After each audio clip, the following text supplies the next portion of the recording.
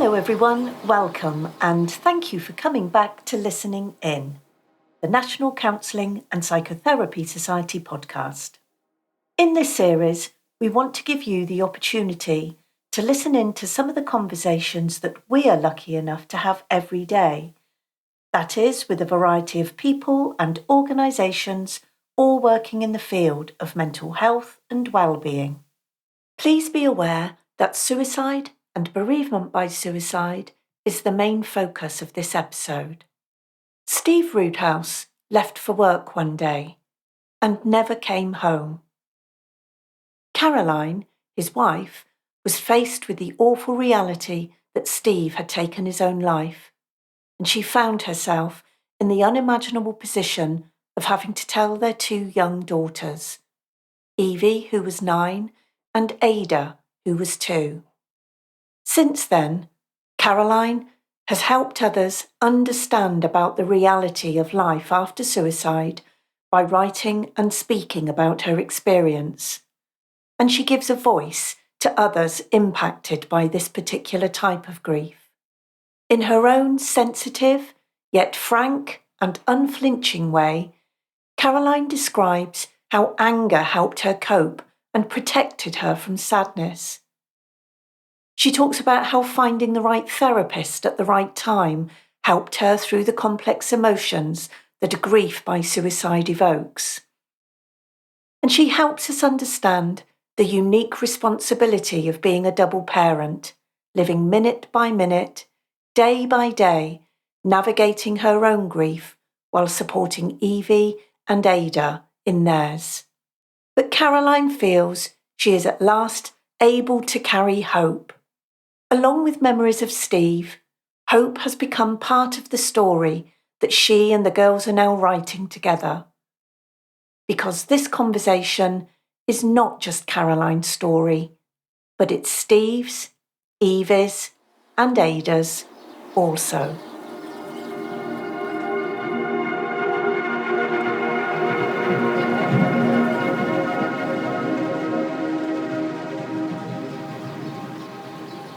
And so, Caroline, just remind me how long you've been living with this, how long you've been living this part of your life story.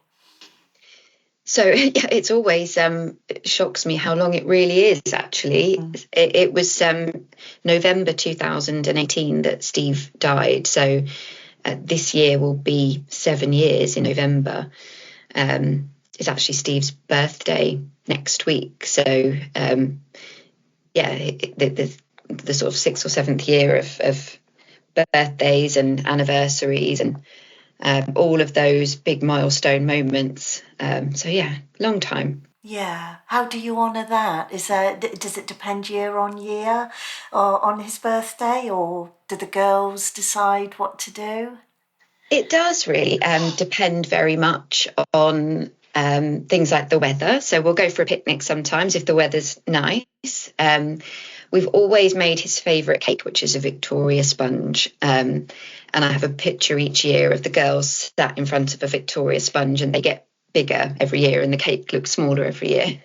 But aside from that, we don't really have any traditions because they were 9 and 2 when he died, and they're now 15 and 8. They've changed massively. So the things they want to do are completely different to how we would have remembered Steve in the earlier days. So we just kind of go with the flow. We don't create any expectations on ourselves. If we decide to do nothing at all, nobody's going to say we feel guilty or we should be doing this or we should be doing that. We don't kind of use that sort of language around these really significant moments because it's so dependent on how we feel and what's going on at the time. Yeah, of course. It's difficult as well sometimes in families, isn't it? Because each of us may be wanting to do something quite different as well. And I think with something like grief, it can be really difficult to negotiate that, can't it? Actually, especially with two children that are 2 different ages as well. You know, one wants to do something, one wants to do the other, and where you find that balance in honouring their wishes as well as your own. It's very hard. And in the earlier days, I used to struggle with my own thoughts around whether I even tell them that there's these anniversaries coming up, because it's almost, do I tell them and create sadness, which is guaranteed, or do I not tell them and just kind of drift through the day as if nothing's happening, so that I'm not upsetting them? And then one year I chose the latter, and we got to the end of the day and Evie said, "Why haven't you said anything about Dad's birthday?" And I realised that wasn't the best choice. So every year I do gently kind of say something and make sure they know that I'm thinking of it, and they know that I'm preparing for it, but that there's no pressure around it. So I'm learning as I go along. So are they. And then we kind of learn together. And how old would he have been this year? Well, it's a good question. He was 47 when he died. So, yeah, 53 or 54. Yeah. I can't imagine him being that age. It's quite difficult. I always remember him as quite a young guy, because his passions and likes were all around adventure and travel and riding around on his mountain bike and those sorts of things. So he was never really a proper grown up in many respects. So to imagine him at 53 is hard.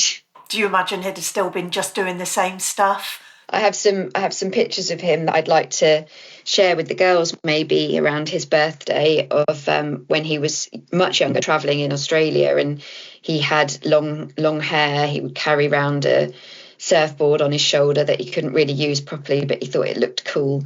But yeah, that's how I prefer to picture him now, somewhere, wherever he is, with his long hair and his surfboard and his suntan, because I know that would be his happy place. What a vibrant, happy, wonderful image to have and to remember. And I know that's not always easy, is it? Particularly in those very early stages, really, of any bereavement, but I think particularly a bereavement through suicide, when sometimes the way somebody died, how they died, the circumstances around it really takes over, doesn't it, from the memories of the person themselves. So I know I've said I want to leave this as open as I can for you without leading too much. So just to touch in on that, if that's okay,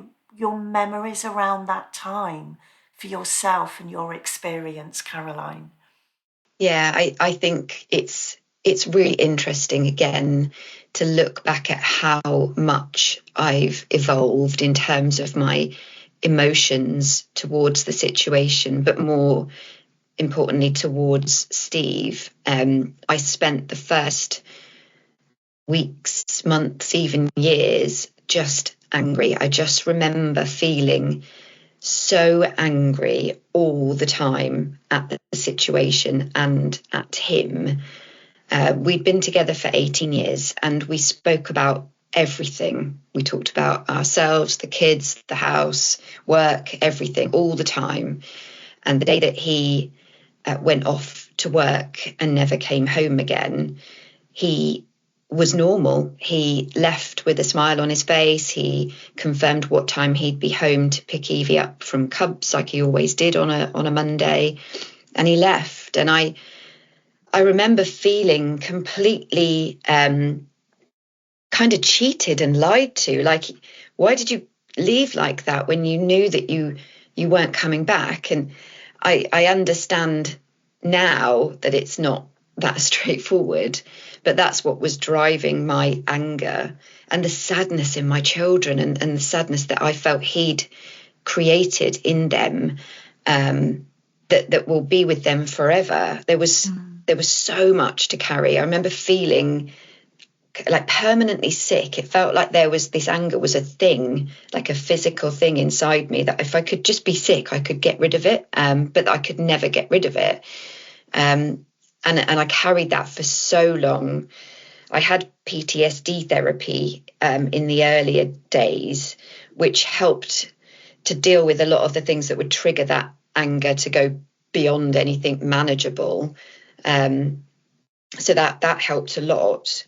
And as the years went on, and my understanding of suicide and mental health and some of the circumstances around that time and his work conditions and things like that, a lot of what I was learning was helping me to reduce the anger I felt towards him. But I remember there being a very fine balance of anger and sadness, even after a few years. And I wanted the anger to stop the sadness coming in. And it almost blocked the sadness. I couldn't face the sadness. And then I had a conversation with a chap who I did a podcast with him, actually. He was from Australia, was a psychologist in a hospital in Australia. I connected with him on LinkedIn. And during this podcast, he asked me the most profound question that knocked me off my feet. This was only a couple of years ago. And he said, "What do you think Steve would say if he came back now and was able to speak to you?" And I remember having to park all the anger and picture this guy with long hair and a suntan and a smile that I loved and that loved me and our children, standing in front of me saying, "I'm sorry, and I didn't mean to cause any pain to anyone." And in that moment, that was the most significant moment that challenged my anger and almost made it evaporate in those few seconds. It was incredible, in a good way and in a bad way, because that then allowed the sadness to come flooding in. And I wasn't really ready for that. So I had to almost try and remain angry with him a little bit to manage the level of sadness that was coming at me, which was a very strange period of time that I went through. And a year on, I can now say that the balance of anger, sadness, and all the gazillions of other emotions is in a much better place. But it's been a wobbly journey. Oh, thank you so much for sharing all that. It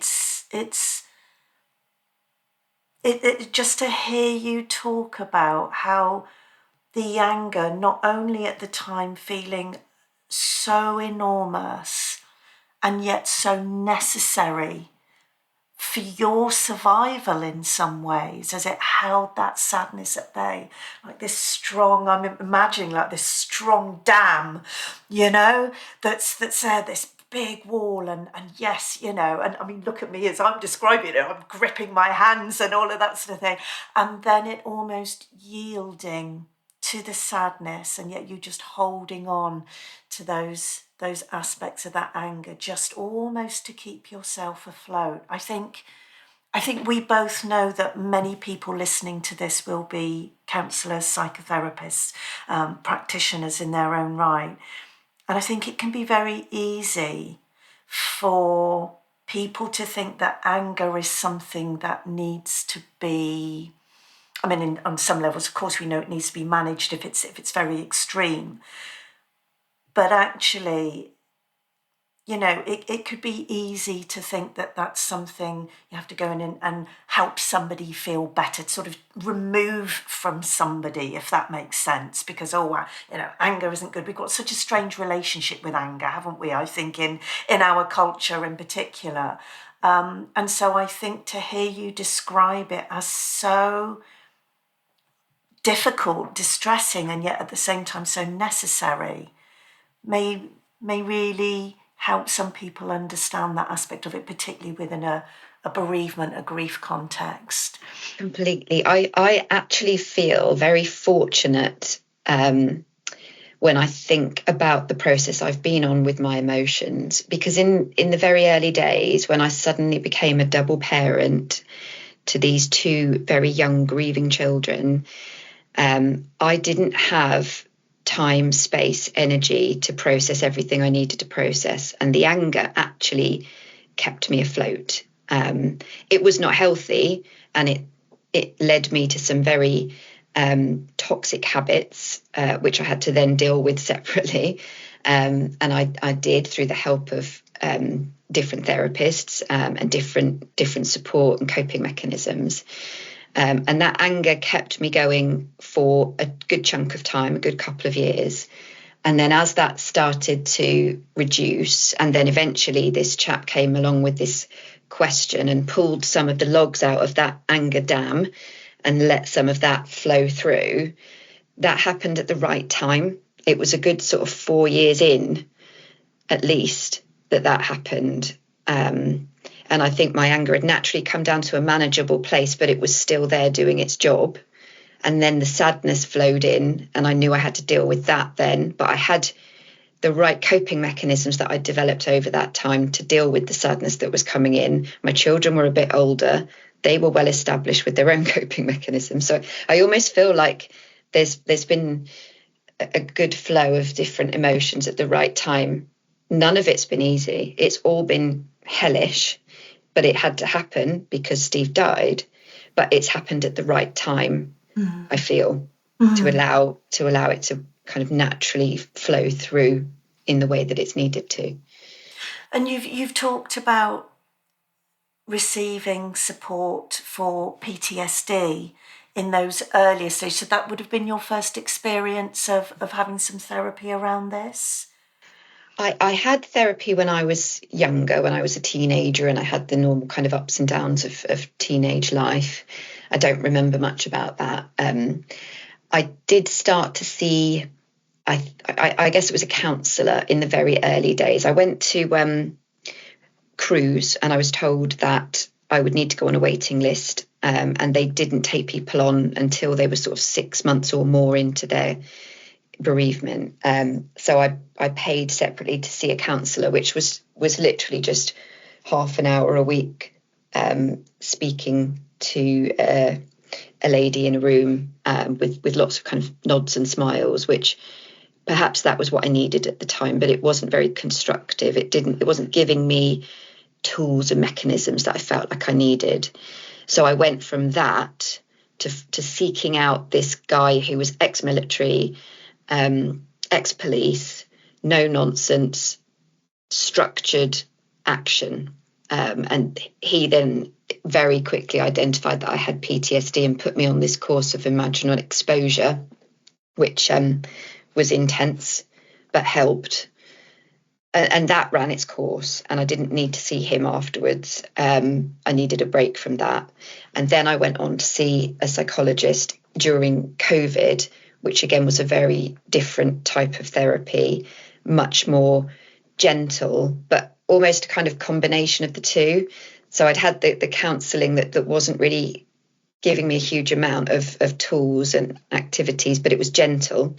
Then I had the kind of hardcore PTSD ex-military guy.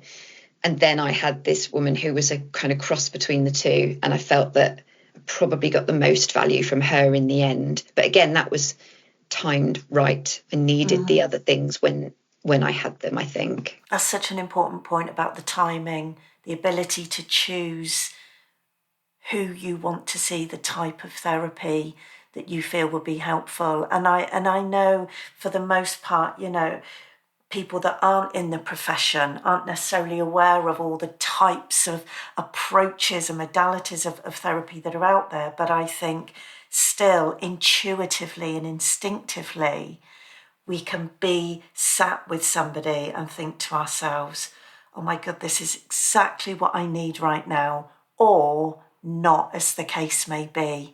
And then go, okay, so what else is there? Who else is there that can meet me where I am right now? And it sounds like you really knew what you needed at each moment in that process. Yeah, I don't remember going into it thinking this is exactly what I need right now. Not entirely. I remember speaking to friends who gave me their thoughts and advice on what they felt I needed, trusted friends. So they helped to guide me. I didn't make those decisions kind of just on my own. But I think it was a combination of that kind of natural understanding that I needed something different. Yeah. And I did try out a few different ones in between that weren't right, and I didn't feel I was getting a huge amount of value from, and I had to make the decision to kind of stop those. I did get support for my children from various different sources within school and externally. And I've seen what's worked for them and what hasn't as well. So there's a lot to learn.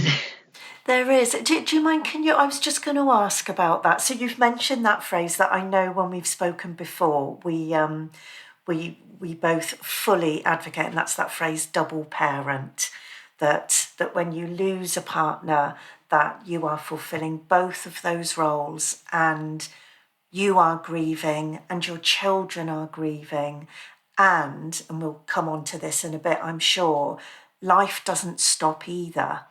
They are still going to school. You still have a living that you need to make and to keep a roof over your heads. There's so much, life doesn't stop for us in that respect for anybody that's grieving. So there you are, you're double parenting. You are accessing at the right time that you feel you can, and in the right way you feel you can, therapeutic support for yourself. What about for Evie and Ada? What did that look like, and what did they respond to, or not, as the case may be, in terms of support?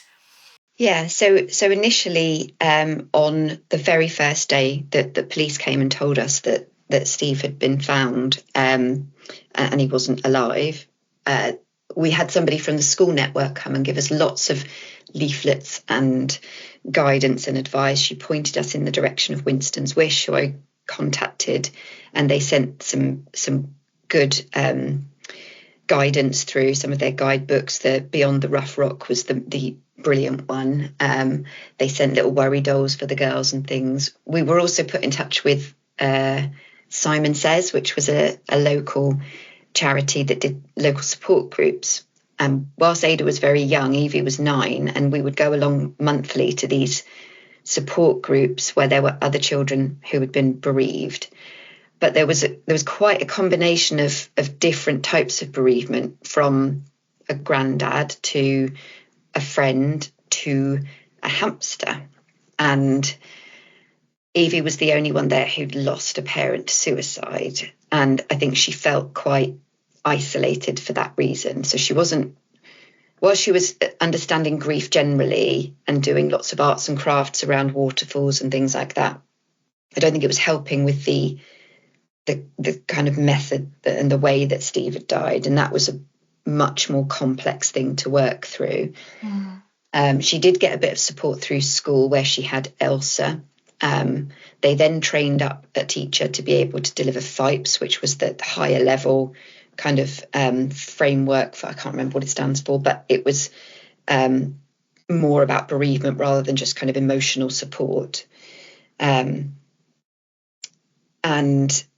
then when Evie moved on to a different school, to senior school, she had challenges there. And she was, I think it was a therapy through the local authority, where we were able to get some support for 6 sessions with a local therapist who turned out to be brilliant. She was really, really good private therapist. And she would use metaphors a lot. And Evie loves reading, and that was a really good connection for her, which really helped. And it was more, kind of felt like more of an adult setting, more in tune with where she was at the time and what she needed, rather than support group. She responded well to the one-to-one therapy every week. And that helped massively for lots of reasons. And now Ada is going through the same process. She's now at the school that Evie was at, having the same teacher with the same FIPES, and now it's changed to Tala, which is a similar kind of weekly support for emotions and difficult feelings and bereavement support and those sorts of things. But I'm anticipating that she may well need support beyond that, as her journey of understanding is different. I recall the kind of 5 stages that Winston's Wish would talk about of supporting a child through a bereavement by suicide, and the first stage being very basic, that parent had died. The second stage being maybe starting to suggest that it was through suicide and that they'd done it to themselves, and then so on. So Evie's journey was all kind of neatly wrapped up in a few months with those 5 stages. Ada's been 5 years to take her through those 5 stages, and we're kind of still on stage 5, where we're talking about some of the reasons why Steve might have taken his own life. So that kind of, they're 2 very different journeys because of their different ages, has been something as a double parent, on top of everything else that I need to do as a double parent, has been quite a responsibility and a challenging journey for both of them. We've now got to a point where I talk about my triangle a lot. There's Evie, Ada and me in our very strong, solid triangle where we support one another. And Evie can have input as well, where she will teach Ada the things that she's learned, and I'm learning from Evie. So it's much less of a kind of top-down mother looking after these 2 kids. It's more of a kind of triangle where we're just in it together, which is a little bit easier. That mutual reciprocal support, which I don't know, might sound odd to some people, but my goodness, I think any of us that know young children in particular know they have sometimes that ability to say something, to do something that just cuts through everything, doesn't it? Or just to, identify or name something that sometimes we may be afraid to or may not have even noticed. And out they come with it, and it just stops you in your tracks, doesn't it? And it's like, they get it. They get it, and they've helped me understand that. Yeah, 100%. I learn as much from them as they do from me. I recall a moment a couple of years ago where we were on the school run, and Ada said to me, men don't grieve, men don't cry. They should, because if they cried and let the emotions out, they would live longer. And I remember thinking, I have no idea where that came from or why it's come out now on the school run, but it did help me understand how she was processing what she was learning from me, from the teachers at school, from all of this interaction, and understanding where Daddy might have been, and what maybe he might have needed, and for the future for her to understand and help other people. That was one of those moments where you just think, wow. We really need to understand how much they witness and how much they absorb, don't we? Instead of, which I think we do now so much better than perhaps 20, 30, 40 years ago when, children weren't part of that grieving process. Often they weren't acknowledged in that. It seems unbelievable to us now to imagine, doesn't it?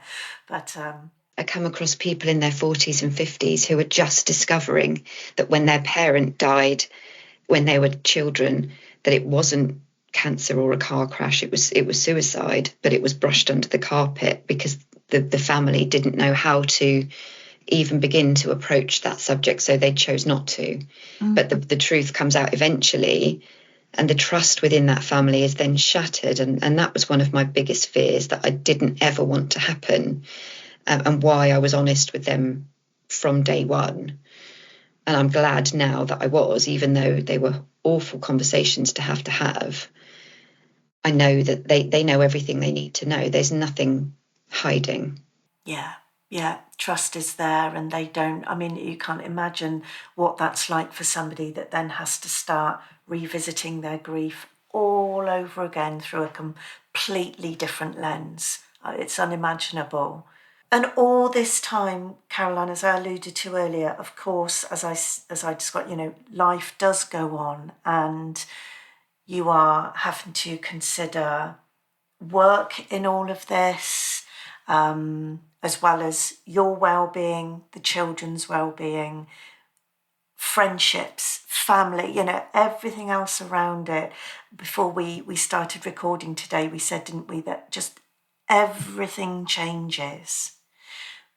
How would you help people understand that aspect of grief, but again, particularly grief through suicide? Yeah, I think coming back to this term double parenting is a really important factor, because I'm often surprised at the assumptions that people make. And when they talk about being a single parent, for example, they may have the kids every other weekend and then the kids go to the other parent. They may have a good relationship with an ex-partner who is co-parenting with them. That's very different to double parenting, where you really are the only parent. You're one person, and you're the one person reliant on for getting up in the night when they're sick, doing the washing, earning a living, getting them to school, getting them back from school, feeding them, teaching them. Everything is on you. And when they come home crying because they've had issues at school or friends are being horrible, everything is on you. And I think for people to acknowledge that, whether you're friends with somebody bereaved, whether you're a family member, an employer, or a colleague, to empathise with that situation as much as you possibly can, and recognise that there are different pressures on a double parent to anybody else. It's quite a unique responsibility. And I would urge people to make sure that they understand what those pressures are, and that they accommodate for those pressures as much as they possibly can anyway, and do that through communication. Have conversations, talk about what you've done at the weekend, what's coming up that's going to be challenging for you, and how to accommodate that. I know that, for example, flexible working is such a massive thing now, and it's helping people like me hugely to know that they're respected enough to work in that way.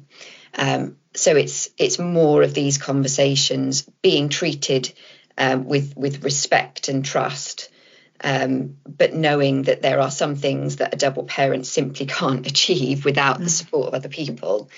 And also, I think, again, we spoke earlier about the fact that this goes on forever. Every single day, something comes up that relates to Steve.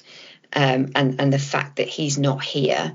And that could be something really small that's just a kind of sad moment, and I kind of wish he was here to have that conversation with, to something massive that really highlights, we can't do this as a family of three. We would need somebody else. We would need Steve to be here to achieve that. And that could be going on a holiday, for example. I won't go abroad with the girls. I don't feel confident enough to do that.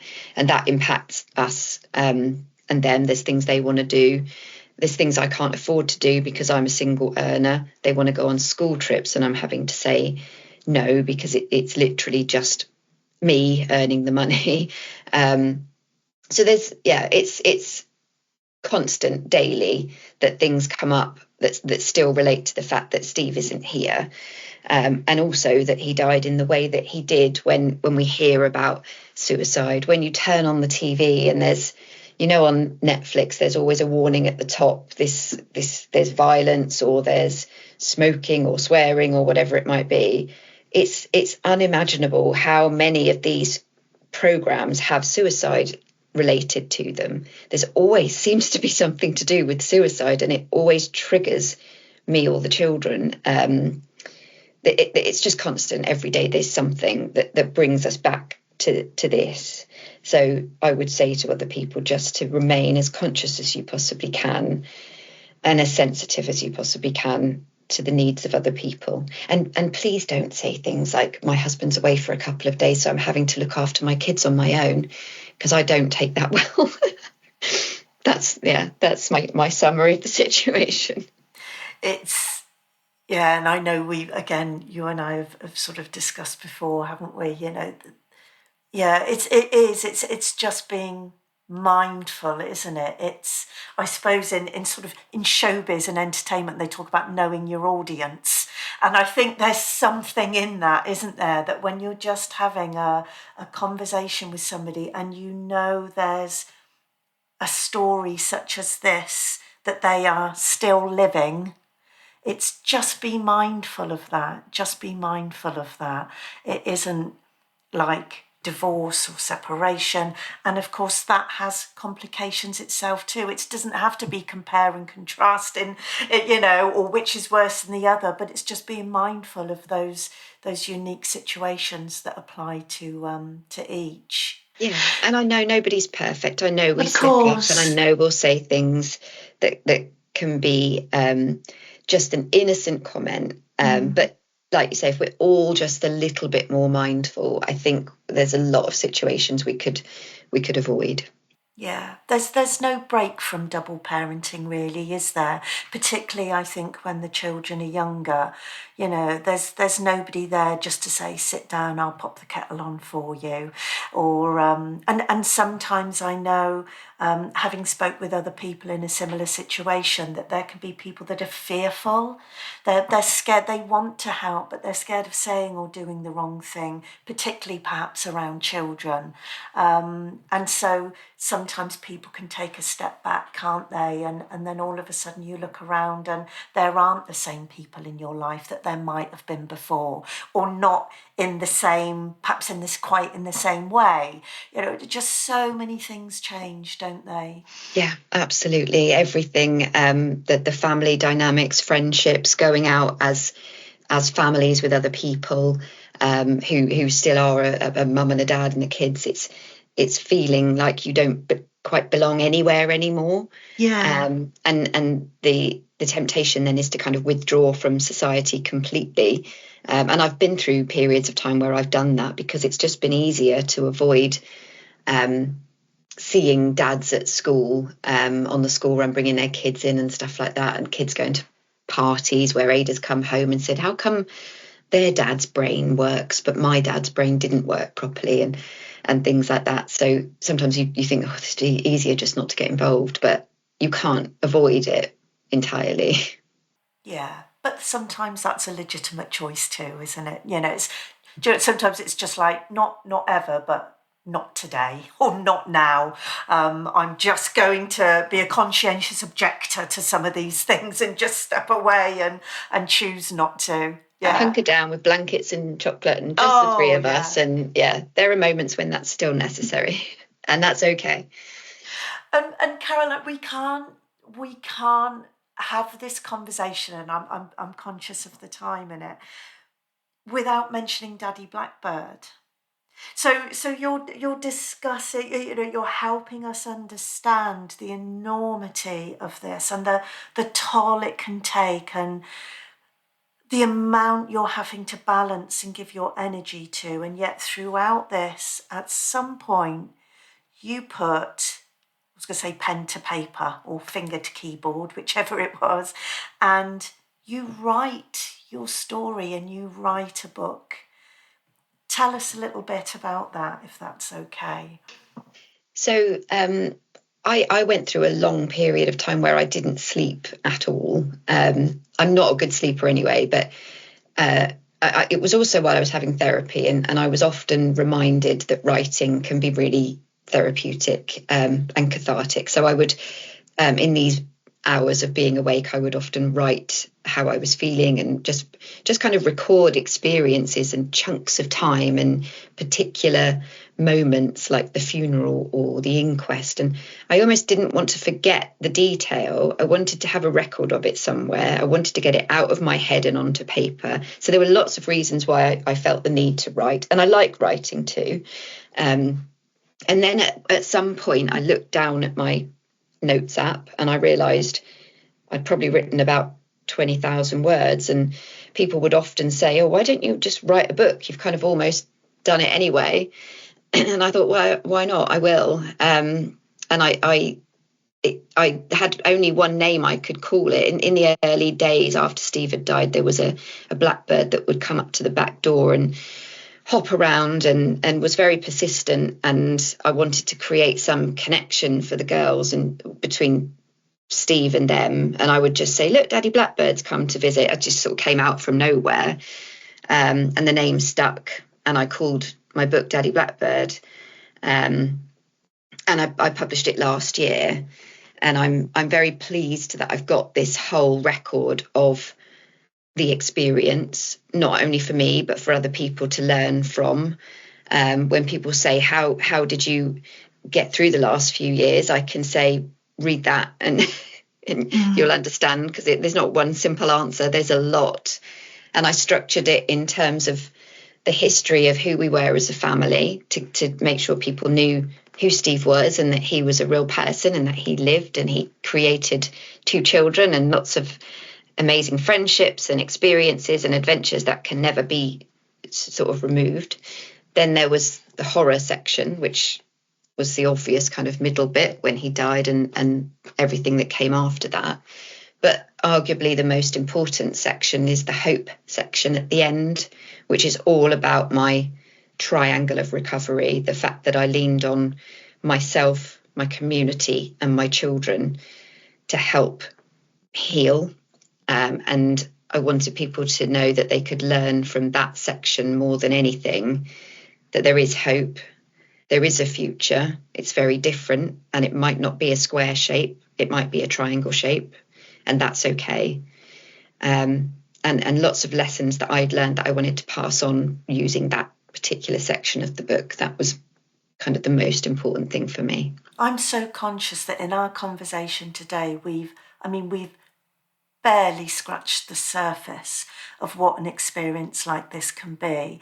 And so, I wholeheartedly encourage people, if they want to know more about whether that's generally bereavement by suicide for a remaining parent, whether that's your unique story and perspective on that, because again, everybody's will be different regardless, then they need to read it, and hopefully that will help them understand more. And you mentioned hope at the end, and I suppose that's sort of where I wanted to bring our conversation to a close and say, you've helped us understand what happened, what that path has been like that you've walked since Steve died, and just to ask you where you are now, where the girls are now, and the hope within that. And I use that word because I know it's a word that you wholeheartedly, hold close to you and believe in. So yeah, where would you say things are now, and what hope can be extrapolated from that? Yeah, I think that the whole idea of a grieving process I struggle with, because a process suggests to me that there's a flow, there's a destination. I think that hope is something that I've just kept in my mind. That is a part of grief, and that will help you through the really challenging moments. And I've found that I've held on to that. I struggled with any sense of hope in the early days, and it was a therapist that introduced the concept to me when she said, I can see that you're shattered, you've got nothing to give, and you can't see a way forward, and I will carry your hope for you until you're ready to carry it for yourself. And that to me was probably the most transformative moment, when I thought hope is what I need to hold on to. And if I can't carry it, other people can, until I'm ready to carry it. And I feel now that I'm strong enough and capable enough to carry hope by the bucket load. Thanks to all the support and help and learning, and seeing my children growing and thriving and doing all the amazing things that they're doing, and being part of a community of people who are in a similar position to me, that have lifted me and carried my children. So many different elements that have contributed to this feeling of hope that I feel now, that is crucial to moving forward and healing and being a whole person in my own right, and being a confident double parent, not a frightened double parent. So yeah, I'm just grateful that I've learned all the things I've learned, and met all the people that I've met that have helped me to feel hope when I went through a long period where I never could imagine ever feeling that. There's so much I could reflect back in what you've just said, but I don't think I should, and I don't think I ought to, because everything you've said there and the words you've used and the way you've described it is just perfection in itself. So I think it's your words that are important there rather than anything I have to respond to in that.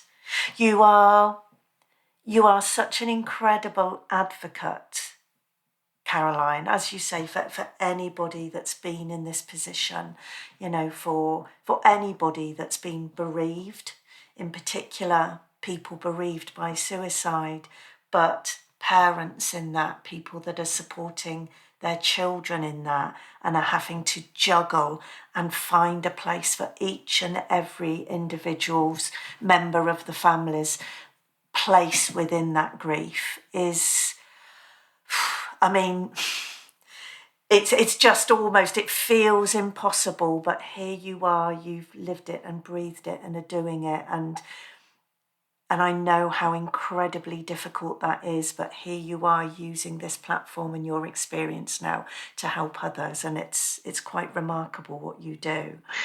Thank you. That's very kind of you. I've learned from so many others, and I feel like I'm passing on that learning to other people. It feels like a responsibility that I couldn't not embrace. So I feel privileged to be able to pass it on.